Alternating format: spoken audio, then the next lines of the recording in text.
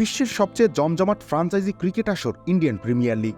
কোটি কোটি অর্থ আর বিশ্বসেরা খেলোয়াড়, এই দুয়ের মিশেল আইপিএলকে এনে দিয়েছে আকাশ সমান জনপ্রিয়তা।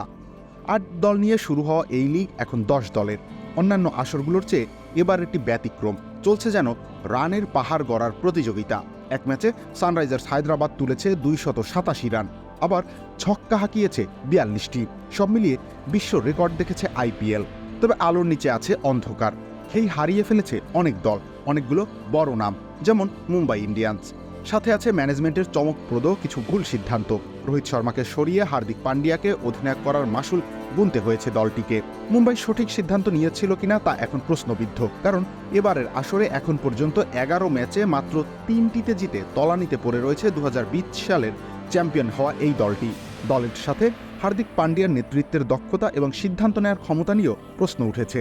ভারতের সাবেক ওপেনার বীরেন্দ্র সেহবাগ ক্রিকেট বিষয়ক গণমাধ্যম ক্রিকবাজের সাথে এক আলাপে হার্দিক পান্ডিয়া এবং মুম্বাই ইন্ডিয়ান্সের ম্যানেজমেন্টের তীব্র সমালোচনা করেছেন।